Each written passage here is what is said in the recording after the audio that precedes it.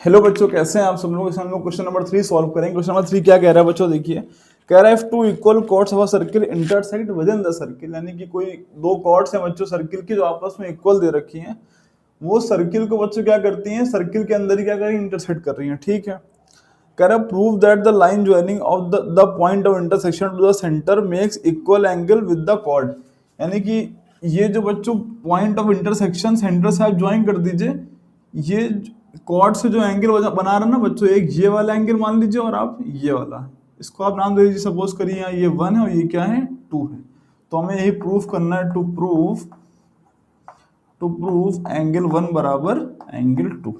हमें ये काम करना है इसमें। ओके, पहले वाले क्वेश्चन से ये आसान है, बहुत आसान है ये उससे। ठीक है, इसको हम लोग करते हैं। कैसे करेंगे देखिए। सबसे पहले आप क्या करिए बच्चों, आप इससे एक परपेंडिकुलर ड्रॉ कर दी किसके ऊपर, इसके ऊपर। उसको नाम दे दीजिए बच्चों क्या, एम, और इसको नाम क्या दे दीजिए आप, एन। क्या नाम दे दीजिए, एन। ठीक है। अब चूंकि आपने परपेंडिकुलर ड्रॉ करा है तो ऑब्वियस बात है आपके दिमाग में बातें होनी चाहिए कि ये इस कॉर्ड को बाइसेक्ट करेगा, मतलब एम बराबर क्या होगा, एम बी होगा, और पी एन बराबर एन क्यू होगा। खैर हमें इसका काम नहीं, बट हम फिर भी बात करते हैं इस बारे में। ठीक है। और इसको आप सेंटर को नाम दे दीजिए ओ। अगर हम इन दोनों ट्राइंगल को, यानी कि इसको ओ एम, इसको सेंटर का नाम दे दीजिए आप C, C M O and C O N को अगर हम कॉन्ग्रुएंट प्रूफ कर दें तो हम सीपी सीडी से एंगल 1 बराबर एंगल 2 को बोल सकते हैं। ठीक है। कॉन्ग्रुएंट कैसे प्रूफ करेंगे, देखिए हमें सीओ तो कॉमन दिख रही है। ठीक है, ये हमने परपेंडिकुलर मारा ही है तो 90 डिग्री होगा, ऑब्वियस सी बात है।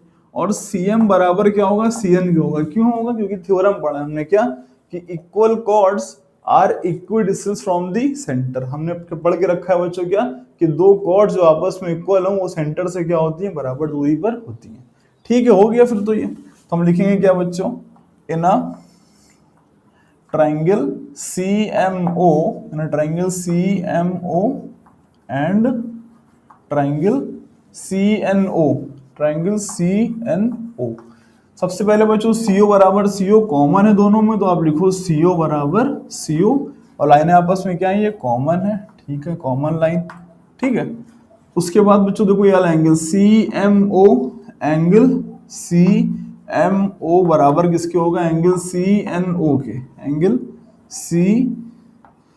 सी एन ओ के। क्यों बराबर है, क्योंकि बोथ आर 90 लिख देना। क्या लिख बच्चों, both are 90 degree, both are 90 degree.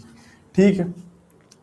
अब बच्चों सी एम बराबर क्या लिखना है आपको, सी एन लिखना है, और इसका रीजन भी देना है, सी एम बराबर C N.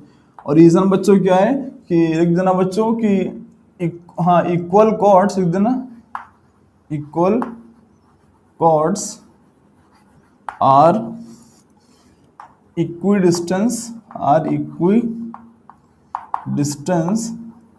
From the centre, ये रीजन आपको लिखना है। ओके, ये थ्योरम पढ़ा लोगों ने, और इससे पहले एक्सरसाइज में इसको प्रूव भी किया हम लोगों ने। ठीक है, तो तीन चीजें आपको मिल गई, तो आप बोल सकते हो ये वाला ट्राइंगल छोटा वाला, इस छोटे वाले क्या है, कॉन्ग्रुएंट। तो आप लिख देना बच्चों, so triangle C M O is congruent to triangle C N O. और रीजन बच्चों क्या है इनका, देखिए ये साइड बराबर है और ये साइड कॉमन है, तो साइड एंगल क्या, साइड एंगल। ठीक है। अब चूंकि दो ट्राइंगल आपस में कॉन्ग्रुएंट आ चुके हैं, तो ऑब्वियस सी बात है ये वाली साइड इसके बराबर है। इसके सामने साइड कौन सी आ रही है, इसके सामने एंगल कौन सा आ रहा है, 1, और इसके सामने कौन सा एंगल आ रहा है, 2 आ रहा है। तो दोनों आपस में क्या होंगे, बराबर होंगे। तो आप लिख देना बच्चों सिंपली क्या, कि जो एंगल 1 है बराबर किसके होगा, एंगल 2 के होगा।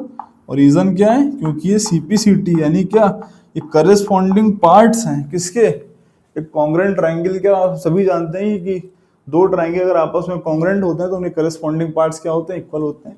तो पहले वाले के मुकाबले क्वेश्चन क्या था, ये इजी था। ओके, तो मैं उम्मीद करता हूँ आपको समझ में आया हो। अगर आपको समझ में आया तो वीडियो को लाइक करें, चैनल को सब्सक्राइब करें। मिलते हैं हम लोग अगले क्वेश्चन, अब तक के लिए थैंक यू।